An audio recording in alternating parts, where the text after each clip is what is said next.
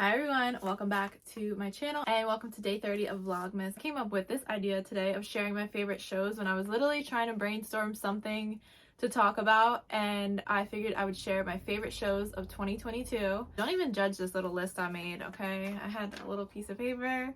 If you want to hear what shows I was loving this year, then keep it watching. So originally I had, I think, 13 shows. I crossed out 2 and now I'm down to 11. But I want to say about half of these now I've finished. And a lot of these are on Amazon Prime.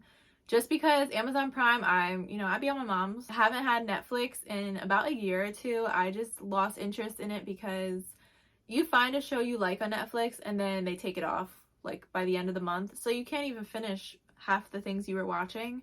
And then once I got a new smart TV, I signed up for Hulu with the Disney and ESPN bundle. More of the recent shows I've been watching are on Hulu, but pretty much for like most of this year up until the summertime or like fall time, it was all on Amazon Prime. So first I have Bosch, and I specifically put not Legacy.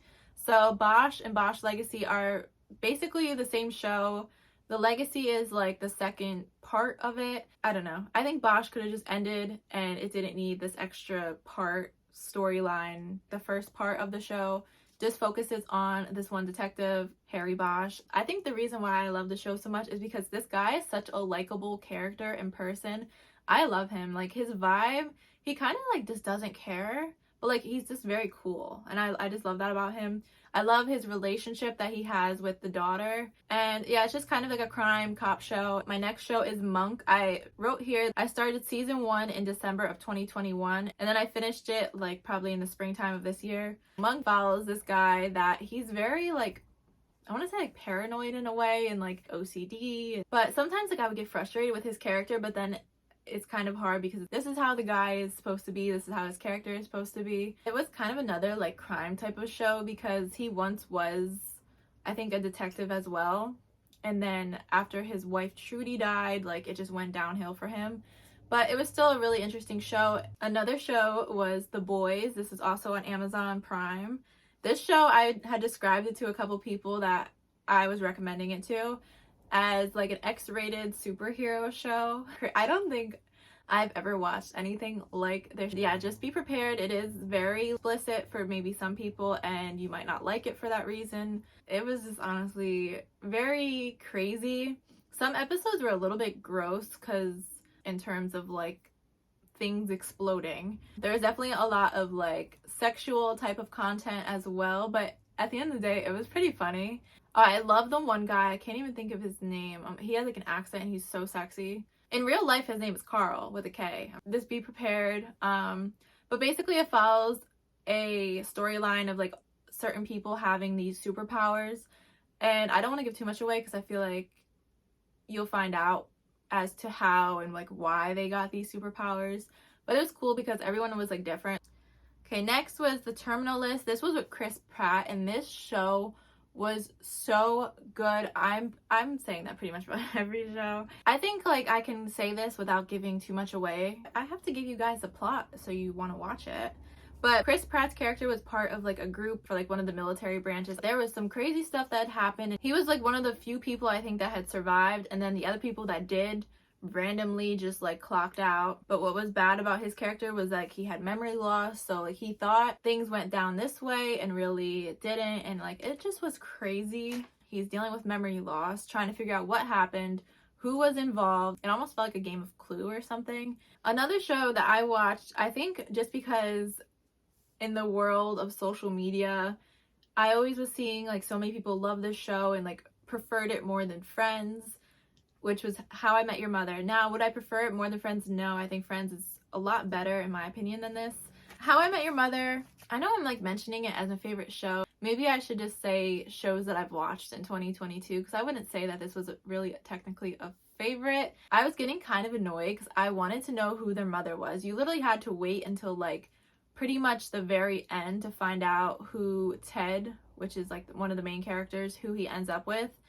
And really, I like though, because I would have assumed that he ended up with Robin because he and Robin have like this on and off relationship. But I want to say within, I think maybe in the first episode of the show, they say like, oh, your Aunt Robin, so you know that he didn't end up with Robin. So that was nice that they didn't like have you thinking it was her. Ted's character kind of got annoying because it was like he was going back to Robin 50 times, and it's like, okay, it didn't work, it's just not meant to be.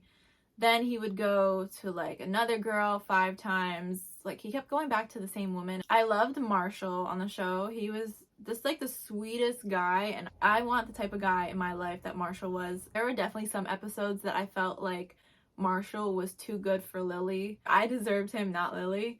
I want to say something else, but then like I'll spoil the whole show. I swear the whole one season was focusing on a wedding of a couple characters, and then like they randomly just get divorced. Why did we waste so much time focusing on their wedding just to have them get divorced like in one episode? It's just like, this is the longest wedding. I've never even been to a wedding, but this is the longest wedding I'm pretty sure I've ever witnessed. It was kind of a show that I would watch once, but probably I would never sit there and watch it again. Maybe if like an episode is on TV, then I would watch it in that sense.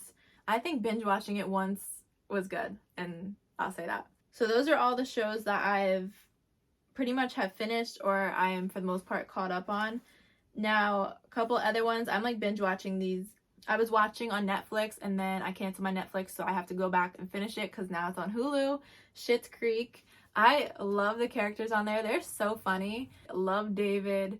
Just because like he's so dramatic, and I don't know, the characters are very likable. I don't think that there's anyone on there that you're kind of like, oh my god. There are shows, I can't think of one right now. I can't even stand to watch this because these characters are like making me angry, or like there's a specific character that like you just absolutely despise. But I definitely want to finish watching it because I want to see like what happens for the family, because they had a lot of money and then they ended up going to a new town. Now, from what I had last watched, they were living in this motel and they were kind of like taking it over and doing stuff like that.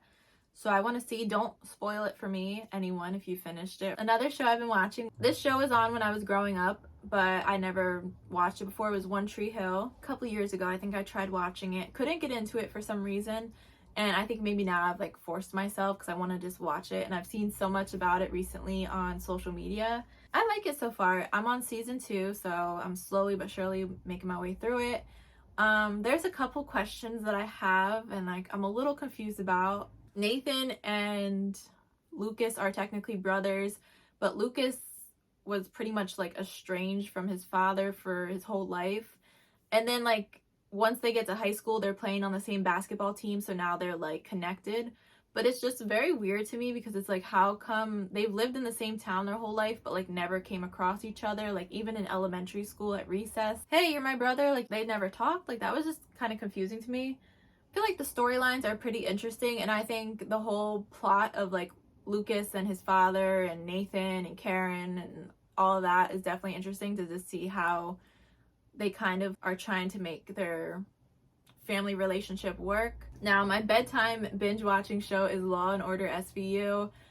My favorite character on that show is Elliot. I know he leaves, and he's gonna be leaving soon, I'm pretty sure. I know he left for like 10 seasons or something like that, and I'm almost up to the season, I'm pretty sure, of like when he's leaving. Now, some episodes are a little out there and a little questionable, but I definitely love like crime type of shows, and I think it's just always interesting like watching detectives work and like investigate and stuff. Maybe I've had a calling to be a detective. But also with SVU, I'm on I think season 11. I am determined to finish this show. There's like 500 episodes. I think I have, I don't know, like 200 or 300 left to go, maybe less, maybe more. They're still coming out in new episodes, and Elliot I think is back in the newer season. I want to just see like where they go in life. Like, does Olivia, which is one of like the main characters, if she ever gets married, or what happens with her, because she doesn't have any family. So I would love to see like if her character starts her own family. Don't spoil it for me. And then my last show of 2022 that I've been loving is Modern Family. Basically following like a whole family that they are sometimes together, but they also have like separate lives, obviously. So it's kind of like 3 sections in a way. Gloria and Jay and Manny, and now they have a baby. There's Mitchell and Cam with their daughter Lily, and Lily is so sassy and funny. I love her. And then there's Haley and Alex and Luke, Phil, and Claire. But for the most part, they're all related, and if not like related, then through marriage. I don't know, it's just such like a cute little like wholesome show. Phil and Gloria are probably my favorite characters, and I kind of wish that they would have ended up together because Phil has such a big crush on Gloria, but he's been with Claire for so long that, like, you know, it's just not serious because obviously like he is dedicated to Claire. Like, I would never even expect them to have some storyline of like him cheating on Claire. Like, that would never, I don't think that would ever happen. Alex is probably like my least favorite character. I just feel like her character, she's known to be the very smart one and all serious like when it comes to education, which I respect. But I also get the vibe from her that she's like a know-it-all. Like, okay, we get it, you're smarter than everyone here. So those are all the shows that I've pretty much watched this year and that I have enjoyed. Let me know some of your favorite shows. I need to start my list for 2023. And I will see you guys tomorrow for the last day of Vlogmas. Bye!